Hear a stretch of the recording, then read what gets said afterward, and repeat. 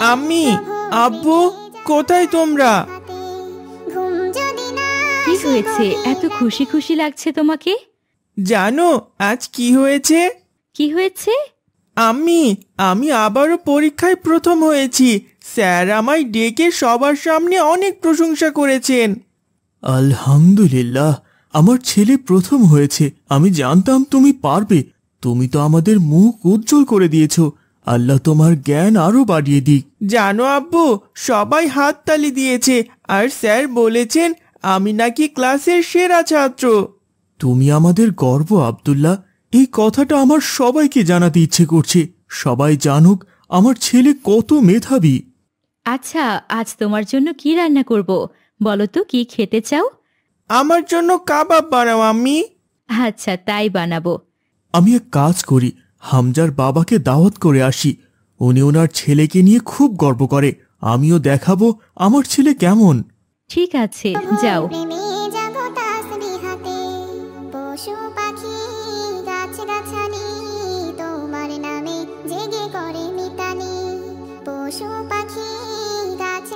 ভাইজান, বাড়ি আছেন? কে? ও, আসসালামু আলাইকুম ভাই। হঠাৎ কি কারণে এসেছেন? ওয়ালাইকুম আসসালাম ভাই। আজ একটা সুখবর দিতে এসেছি।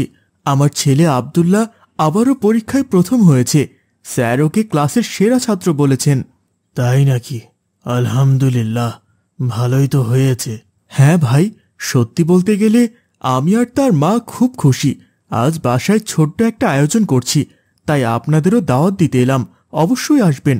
আপনার ছেলে হামজাকেও সঙ্গে আনবেন। আচ্ছা ঠিক আছে, আসবো ইনশাআল্লাহ। আপনি এলে খুব ভালো হবে ভাই। ঠিক আছে।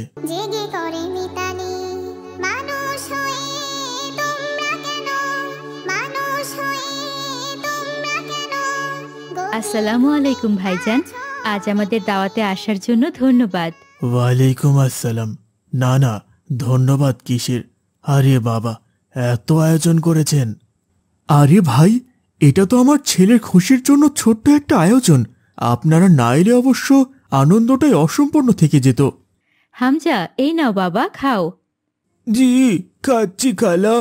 ভাই, আসলে আমি আল্লাহর কাছে হাজারবার শুকরিয়া দেই। আল্লাহ শুধু পরীক্ষায় প্রথম না, স্যাররা পর্যন্ত বলে ও নাকি ক্লাসের সেরা ছাত্র।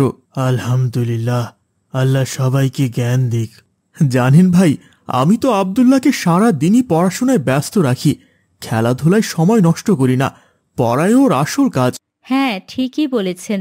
ওই বই নিয়েই থাকে, আর তাতেই ওর ফল এত ভালো হয়। আমি তো সব সময় বলি, যার ছেলে মনোযোগ দিয়ে পড়ে তার বাবাকেও চিন্তা করতে হয় না। সবাই গর্ব করে। হ্যাঁ, ঠিকই বলেছেন। আব্দুল্লাহকে দেখছি না যে, ওকে ডাকুন। একটু অপেক্ষা করুন, ও পড়ছে। আসলে সারাদিনে ও পড়াশোনার মধ্যে থাকে। দেখবেন একদিন বড় হয়ে অনেক বড় মানুষ হবে ইনশাআল্লাহ। আপনারা খান না। এই, ভাইজানকে আরেকটু গোস্ত দাও। খাওয়া দাওয়া শেষ করে হামজা ও হামজার বাবা বিদায় নেয়। আসার পথে হামজার বাবা হামজাকে বকতে শুরু করে। দেখলে, আজ কেমন লজ্জায় পড়তে হলো আমাকে। আব্দুল্লাহর বাবা কত গর্ব করছে তার ছেলেকে নিয়ে। এতে আমার কি দোষ বাবা? তোমার জন্যই আজ এমনটা হলো। তুমি কেন ওর মতো হতে পারো না? কেন তুমি পড়াশোনায় মন দাও না? প্রতিদিন শুধু খেলা আর খেলা। বাবা, আমি তো চেষ্টা করি। সবার মেধা কি এক? চেষ্টা করো, চেষ্টা করলে ভালো রেজাল্ট হবেই। তুমি যদি সত্যি পড়তে, আজ আমিও গর্ব করতে পারতাম। আব্দুল্লাহর বাবা তো সবার সামনে আমাকে খোঁচা দিল। দেখতে পেলে না তুমি? বাসায় চলো আগে, তোমার মজা আমি দেখাচ্ছি। এরপর থেকে হামজা প্রায় প্রতিদিনই তার বাবার কাছে কথা শোনে। একদিন সে মন খারাপ করে বসেছিল। তখন সে দেখল একজন অদ্ভুত মানুষকে, যে টাকার বিনিময়ে তাবিজ দিচ্ছে। আসসালামু আলাইকুম, আপনি কি সবকিছুরই তাবিজ দিতে পারেন? ওয়ালাইকুম আসসালাম। হ্যাঁ পারি। বলো, তোমার কি সমস্যা? আমার বন্ধু আব্দুল্লাহ খুব ভালো ছাত্র। সব পরীক্ষায় সে প্রথম হয়। আমি চাই সে যেন পড়াশোনায় ভালো করতে না পারে, সে যেন সারাক্ষণ অসুস্থ থাকে আর পড়াশোনা করতে না পারে। বুঝলাম। তুমি কি সত্যিই চাইছো সে যেন অসুস্থ থাকে এবং পড়াশোনায় মন না দেয়? হ্যাঁ, ওই জন্য আমার বাবা আমায় সব সময় বকে, সবাই আমায় নিয়ে হাসে।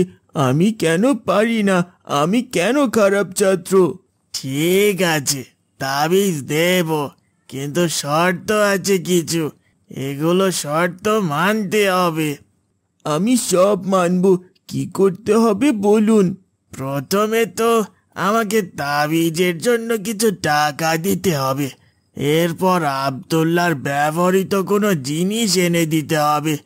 আমি তোমাকে একটা পুতুল দেব। ওই পুতুলটা তুমি খুব সাবধানে রেখে দেবে, যেন কেউ দেখতে না পায়। ঠিক আছে, আমি আনবো। ঠিক আছে, তাহলে তুমি সব কিছু নিয়ে আসো, তোমার সকল সমস্যা শেষ হয়ে যাবে। ঠিক আছে।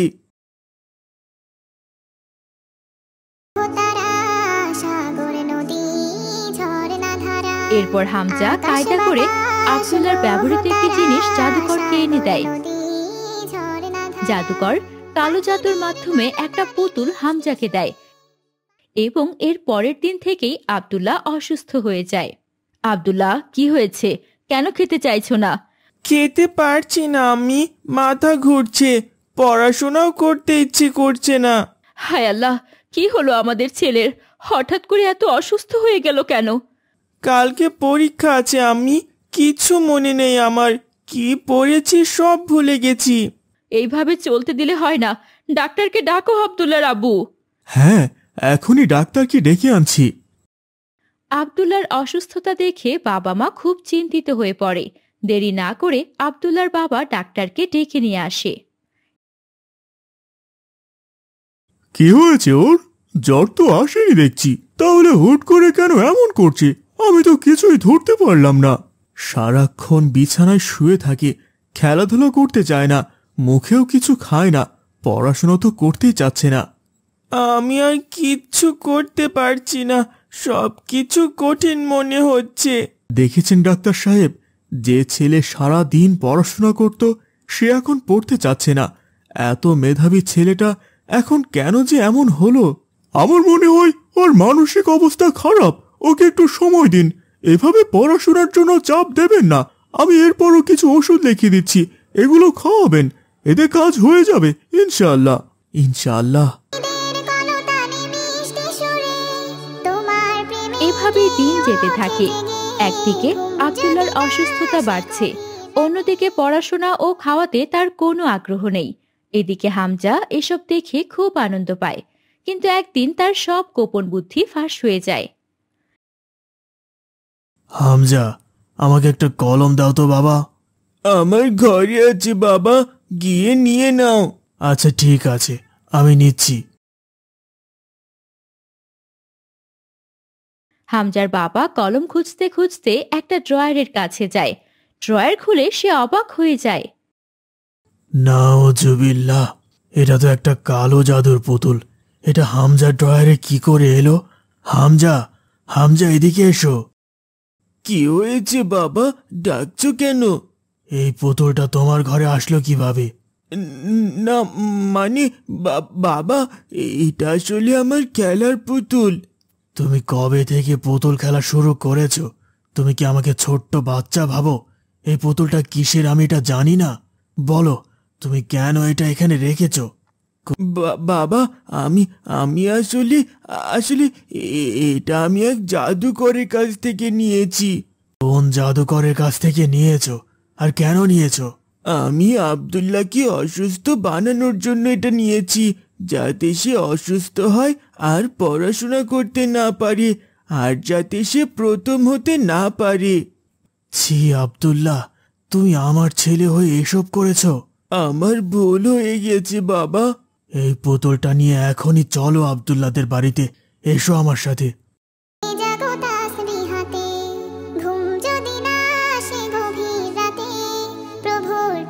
হামজার বাবা হামজাকে নিয়ে আব্দুল্লাহদের বাড়িতে আসে এবং সব ঘটনা খুলে বলে। তাদের কাছে ক্ষমা চায়। তখন তারা দ্রুত এক ইমাম সাহেবের কাছে আসে এর সমাধানের জন্য। সব ঘটনা শুনে এটাই বুঝলাম এটা একটা জাদুর প্রভাব, তবে চিন্তা নেই, এর সমাধান আছে। ইমাম সাহেব, আমার ছেলেকে ঠিক করে দিন। জাদুর প্রভাব কাটানোর জন্য একটি বিশেষ ছোরা আছে। ছোরাটি হলো ছোরা নাস। এটির মাধ্যমে তোমার ছেলে সুস্থ হয়ে যাবে ইনশাআল্লাহ। সূরা নাস পড়লেই আমার ছেলে সুস্থ হয়ে যাবে? ইনশাআল্লাহ সুস্থ হয়ে যাবে।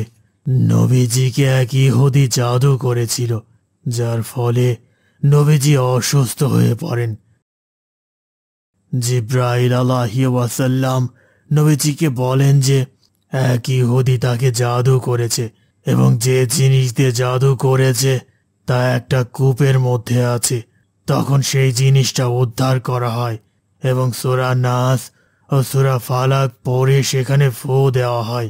এরপর নবীজি সাল্লাল্লাহু আলাইহি ওয়াসাল্লাম সুস্থ হয়ে যান। দেখি কি সেই জিনিস যা দিয়ে আব্দুল্লাহকে জাদু করা হয়েছিল। এই যে এই জিনিসটা।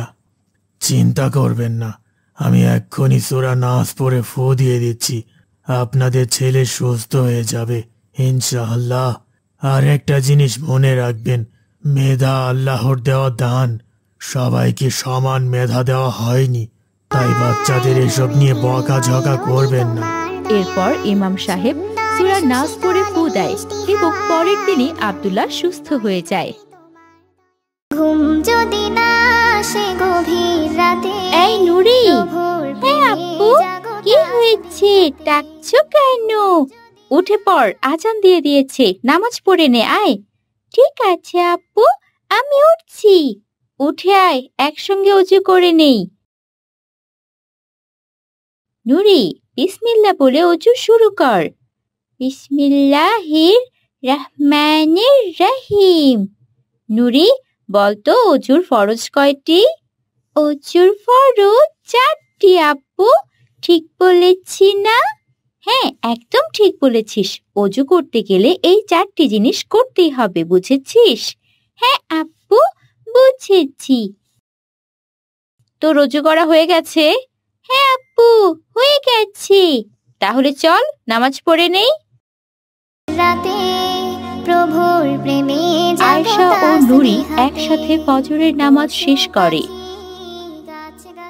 আপু, নামাজ তো শেষ, এখন তুমি কি করছো?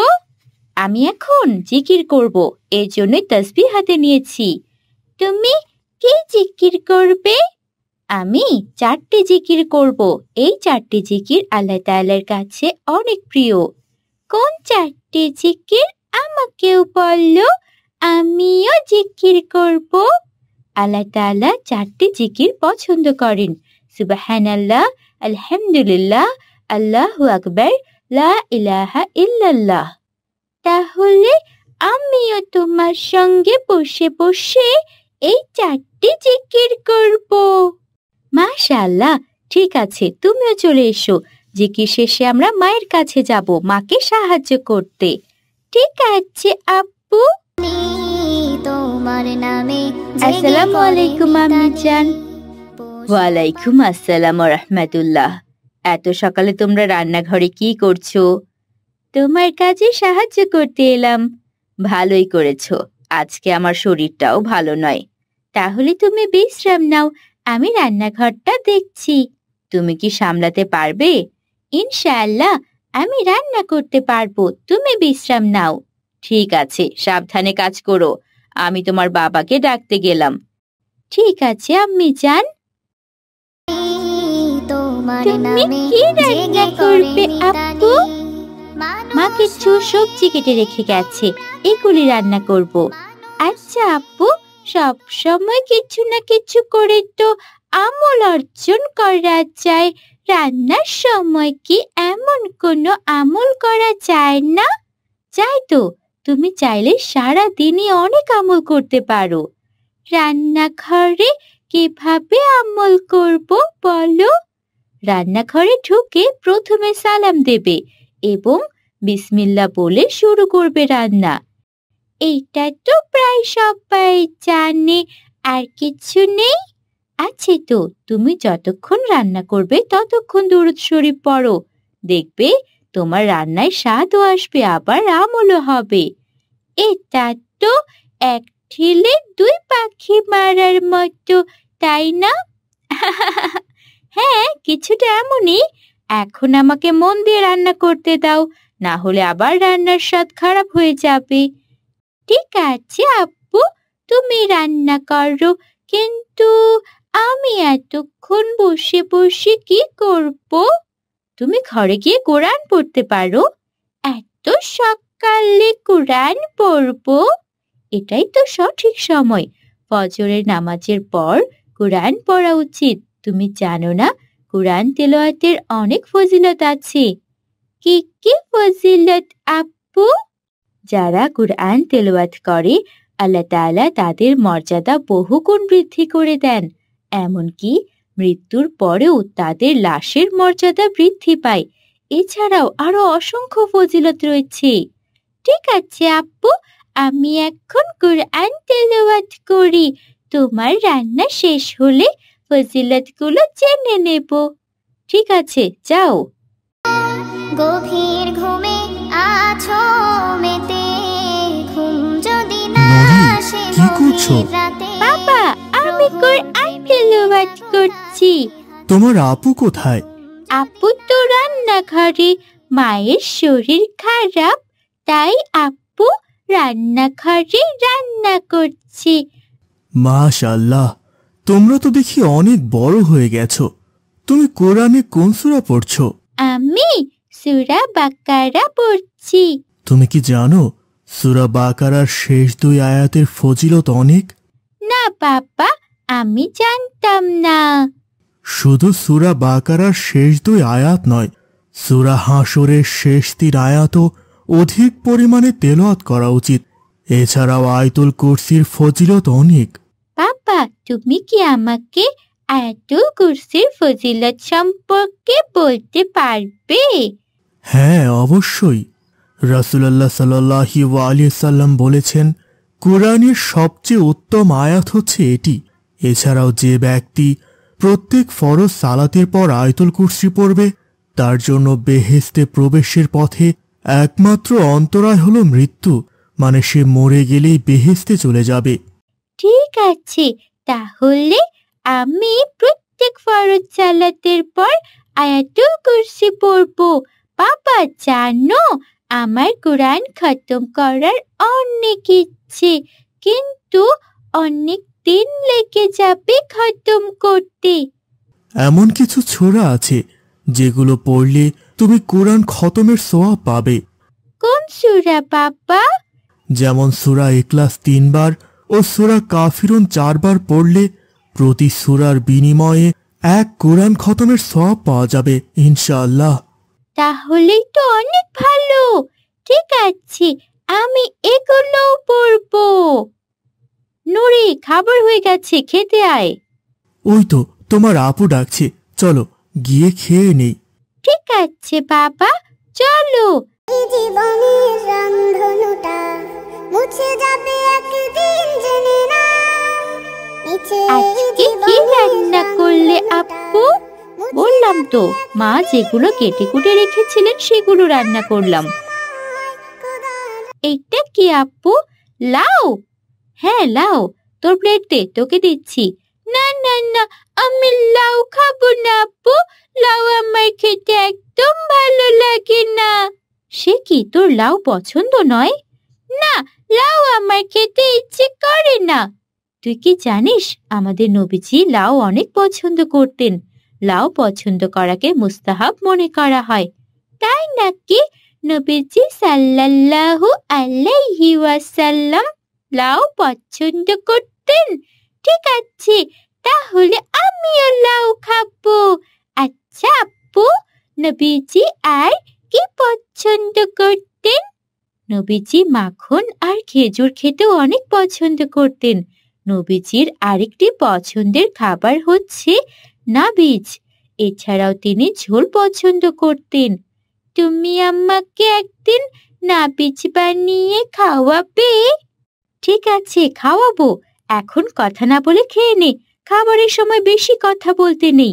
আর অবশ্যই খাবার শুরু করার আগে বিসমিল্লাহ পড়ে নে। ঠিক আছে আপু, বিসমিল্লাহির রহমানির রহিম।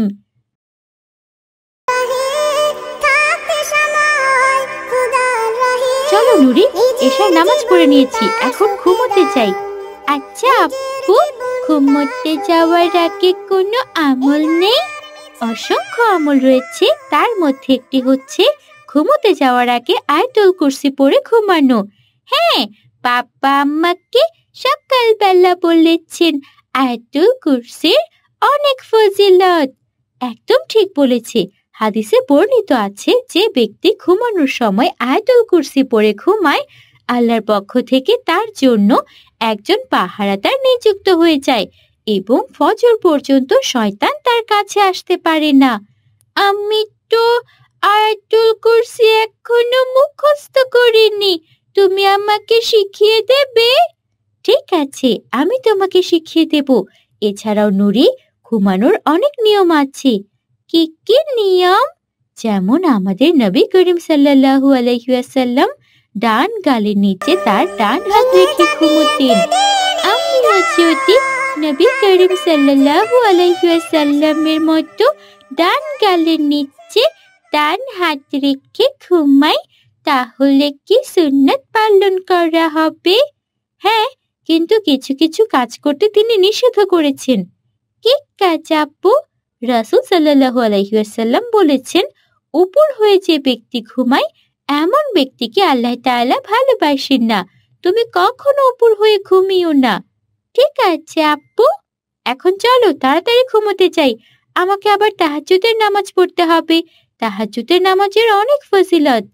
বাহ আপু, তাহলে তো আমরা 24 ঘন্টায় আমল করতে পারি। হ্যাঁ, একদম তাই। চলো এবার ঘুমাতে যাই।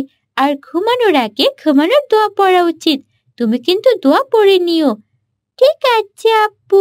ভালোবাসা মিছে দ্বন্দ্ব ভেঙে যাবে একদিন এই ঘর, থাকবে না চিরদিন। আমি আব্দুল্লাহ। আমি আয়েশা। তোমরা আমাদের সাথে ইসলামের শিক্ষা গ্রহণ করো এবং ইসলাম ও আখিরাত সম্পর্কে জানো। আব্দুল্লাহ, তাড়াতাড়ি খেতে আয়, তোর মাদ্রাসার সময় হয়ে যাচ্ছে কিন্তু। হ্যাঁ, যাচ্ছি। আসসালামু আলাইকুম আব্বু। খেতে বসলে কাউকে সালাম দিতে নেই। ঠিক আছে আব্বু। মাদ্রাসার পড়াশোনা কেমন চলছে? আলহামদুলিল্লাহ, ভালো চলছে আব্বু। আমি কিন্তু মাঝে মাঝে তোমার হুজুরের কাছ থেকে সব খবর নেব। মন দিয়ে পড়াশোনা করো। ঠিক আছে আব্বু, আমি মন দিয়ে পড়াশোনা করছি। নাও, এখন খেয়ে মাদ্রাসায় চলে যাও। সকালের খাবার খেয়ে আব্দুল্লাহ মাদ্রাসার জন্য বেরিয়ে যায়। মাদ্রাসায় সে কোরআন শিক্ষা নিতে থাকে। মাদ্রাসা শেষে তারা দুই বন্ধু আব্দুল্লাহ ও হামজা একসাথে ফিরতে থাকে। কিরে হামজা, তুই রোজ রোজ পড়াশোনা করে আসিস না কেন? হুজুর তোকে কত বকে। আমি তো আর তোর মতো ভালো পড়তে পারি না। আমার তো অত ভালো মেধাও নেই। চেষ্টা করলে সবই হয়, বুঝলি? পড়াশোনা তো আমি করি, কিন্তু বিকেলবেলা একটু নেশা হয়ে গেছে এখন। কিসের আবার নেশা হলো তোর? আরে, আমাদের খেলার মাঠের পেছনে কিছু ছেলে পেলে প্রতিদিন বিকেলে টিকটক করে। ওই টিকটক দেখতে গিয়েই আমার বিকেলে আর পড়াশোনা করা হয় না, রাতে আবার ঘুম পায়। টিকটক করে? সেটা আবার কেমন রে? তুই দেখবি? তাহলে চল, তোকে দেখাবো। বিকেলবেলা তোকে ডাকতে আসবো। ঠিক আছে। বিকেলে হামজা আব্দুল্লাহকে ডাকতে আসে। আব্দুল্লাহ, কই রে? বেরিয়ে আয়। এই তো আসছি। তুই বলেছিলি বিকেলে আসবি, দেখ এখন কত দেরি হয়ে গেছে। আরে সমস্যা নেই, এখনো অনেকে মাঠে আছে, আর এখানে দেরি করিস না। ঠিক আছে, চল। ওরা মাঠে চলে আসে। এসে দেখে অনেকেই ফোন নিয়ে টিকটক করছে। আব্দুল্লাহ এবং হামজা অনেকক্ষণ তাদের দিকে তাকিয়ে থাকে। একটু পরেই একটা ছেলে এসে আব্দুল্লাহকে বলে, এই ছেলে, তোমাকে বলছি, শোনো। জি বলুন, কি বলবেন? আমাদের টিকটক করার জন্য আরেকজন লাগবে। তোমার মতো হলে ভালো হয়। তুমি কি অভিনয় করবে? অভিনয়? কিন্তু আমি তো কিছুই জানি না। তোমাকে কিচ্ছু জানতে হবে না, আমরা তোমাকে শিখিয়ে দেব। বলো, অভিনয় করবে? হ্যাঁ হ্যাঁ, করব। আব্দুল্লাহ টিকটকে অভিনয় করতে থাকে। ওদের আব্দুল্লাহর অভিনয় খুবই ভালো লাগে। টিকটকে অভিনয় শেষে তারা আব্দুল্লাহকে বলে, আরে, তোমার অভিনয় তো অনেক সুন্দর। তুমি কি রোজ আমাদের সাথে অভিনয় করতে আসবে? হ্যাঁ, অবশ্যই আসব। তাহলে কালকে আবার এই সময় চলে এসো, আমরা অনেকগুলো টিকটক করব। ঠিক আছে, কালকে আমি চলে আসব। সেখান থেকে ফিরে আব্দুল্লাহ বাড়িতে শুধু টিকটকের কথাই মনে করতে থাকে। পরের দিন বিকেলে সে আবার যায় সেখানে টিকটক করতে। তোমাদের টিকটক শুরু হয়ে গেছে? তোমার জন্যই অপেক্ষা করছিলাম। তুমি জানো, তোমার অভিনয় অনেক ভিউ হয়েছে। চলো আজকে একটু টিকটক করি। ঠিক আছে, আজকের অভিনয়টা আমাকে শিখিয়ে দাও। এভাবেই আব্দুল্লাহ প্রতিদিন বিকালে টিকটক করতে থাকে। কিন্তু একদিন বিকেলে একটি সমস্যা হয়। জিসান ভাইয়া, আমি এসে গেছি, চলো অভিনয় করি। না রে, তোকে আর অভিনয় নেওয়া হবে না। কিন্তু কেন? আমি আবার কি করলাম? এখন আর তোর ভিডিওতে ভিউ হয় না, তাই এবার আমরা অন্য কাউকে নেব। তাহলে আমি কোথায় অভিনয় করব? তুই তোর ফোন দিয়ে অভিনয় করবি। কিন্তু আমার তো ফোন নেই। ফোন নেই তো ফোন কিনবি। যা এখন এখান থেকে, আমাদের ডিস্টার্ব হচ্ছে। আব্দুল্লাহর মন খারাপ হয়ে যায়। সে সেখান থেকে সোজা হামজার কাছে চলে যায়। হামজা, বাড়িতে আছিস? আরে আব্দুল্লাহ, তুই আজকে টিকটক করতে যাসনি? গিয়েছিলাম রে, কিন্তু ওরা আমাকে টিকটকে নিল না। কেন নিল না? ওরাই তো বলেছিল তুই অনেক ভালো অভিনয় করিস। আমার ভিডিওতে এখন আর ভিউ হয় না, তাই ওরা অন্য কাউকে নেবে। আমাকে বলল নিজের একটা ফোন নিয়ে টিকটক করতে। তাহলে তুই তোর বাবাকে বল ফোন কিনে দিতে। কিন্তু বাবা তো আমাকে ফোন কিনে দেবে না। তাহলে তো অন্য পথ দেখতে হবে। কি পথ? তুই আমাকে বুদ্ধি দে, তোকে নিয়ে আমি টিকটক বানাবো। আচ্ছা, তোদের বাড়িতে কি এমন কিছু নেই যেটা বেচে তুই ফোন কিনতে পারবি? হ্যাঁ, আমাদের একটা ছাগল আছে। তাহলে ওই ছাগলটাকে তুই বাজারে বেচে দে। আমাদের বাজারে বেচিস না, আবার আমাদের পরের গ্রামে যে বাজারটা আছে ওখানে বেচে দিস। ওখান থেকেই ফোন কিনে নিস। কিন্তু বাড়িতে কি বলবো? বাড়িতে সবাই জানবে ছাগল চুরি হয়ে গেছে। তোকে অনেক ধন্যবাদ রে। এরপর আব্দুল্লাহ চুপি চুপি ছাগলটা চুরি করে বাজারে বিক্রি করে দেয় এবং ফোন কিনে আনে। এই দেখ হামজা, নতুন ফোন। আরে কি সুন্দর চকচক করছে। কিন্তু এই ফোনটা বাসায় দেখানো যাবে না, না হলে আমার ওপর সন্দেহ করবে। দেখানোর কি আছে, ফোনটা লুকিয়ে রাখবি আর আমরা মাঠে গিয়ে টিকটক করব। হ্যাঁ, ঠিক বলেছিস, আমি তাই করব। এরপর থেকে আব্দুল্লাহ চুপি চুপি টিকটক করতে থাকে। এভাবেই দিনের পর দিন আব্দুল্লাহর মাথায় টিকটকের একটা নেশা চেপে বসে। টিকটকের এই নেশা থেকে সে একদিন তার বিপদে পড়ে যায়। হামজা, আমার তো টিকটকে ভিউ আসছে না, কি করব রে? আমাদের মনে হয় নতুন কিছু চেষ্টা করতে হবে। নতুন কিছু? আবার কি করব? তুই একটা বুদ্ধি বের কর না। আমরা তো সাধারণ ভিডিও বানাই, আমাদের অনেক ভালো কিছু করতে হবে। কি করা যায় বলতো? মানুষ হয়তো মাঠের এক দৃশ্য দেখতে দেখতে বিরক্ত হয়ে গেছে, অন্য কোথাও গিয়ে টিকটক করি। মাঠ ছাড়া বড় জায়গা তো হচ্ছে আমাদের পাকা রাস্তাটা, ওখানে গিয়ে করব নাকি? হ্যাঁ, ওখানেই করি। আমি মোবাইল ধরবো আর তুই টিকটক করবি। ঠিক আছে, তাহলে চল। আব্দুল্লাহ এবং হামজা পাকা রাস্তায় টিকটক করতে থাকে। তারা টিকটকে এতই ব্যস্ত থাকে যে দেখতে পায় না পেছন থেকে একটা গাড়ি আসছে। আব্দুল্লাহ যখন টিকটকে ব্যস্ত ছিল তখন গাড়িটা তাকে গিয়ে ধাক্কা মারে এবং আব্দুল্লাহ মাটিতে পড়ে যায়। আরে আব্দুল্লাহ, কি হলো তোর? কথা বল। কোনো উপায় খুঁজে না পেয়ে হামজা আব্দুল্লাহর বাবাকে ডেকে আনে। তার বাবা তাকে হাসপাতালে নিয়ে যায়। কিছুদিনের মধ্যেই আব্দুল্লাহ সুস্থ হয়ে ওঠে। আব্দুল্লাহ, কি হয়েছিল তোমার? তুমি রাস্তার ধারে কি করছিলে? আসলে বাবা, মানে আসলে কি মানে করছো? আর ফোনটা কার? এটা আমার ফোন। তোমার ফোন মানে? তুমি ফোন কোথায় পেলে? কে কিনে দিয়েছে তোমায় ফোন? এই ফোনটা আমি কিনেছি। তুমি এত টাকা কোথায় পেয়েছো আব্দুল্লাহ? আব্দুল্লাহ কেঁদে ফেলে এবং সমস্ত ঘটনা তার বাবাকে খুলে বলে। সব শুনে তার বাবা বলেন, দেখো বাবা, পৃথিবীর এসব মোহমায়ায় জড়িও না। এগুলো হলো খুব সাময়িক সময়ের জন্য। একবার ভেবে দেখো তো, এই যে টিকটকের ভিউ, এটা কি তোমার আখিরাতে যাবে? না বাবা। আল্লাহ আমাদেরকে সৃষ্টি করেছেন পৃথিবীতে তার ইবাদত করার জন্য, টিকটক করার জন্য নয়। এই টিকটক করে আজকে তোমার প্রাণ যেতে বসেছিল। বলো তো, টিকটক করে কি তোমার কোনো লাভ হলো? বরঞ্চ তোমার ক্ষতি হলো। আমি আর টিকটক করব না বাবা। তুমি আমার ফোনটা নিয়ে নাও। আমি এবার থেকে মন দিয়ে মাদ্রাসায় পড়াশোনা করব। মাশাআল্লাহ, এই তো আমার লক্ষ্মী ছেলে। এরপর থেকে আব্দুল্লাহ আর টিকটক করে না।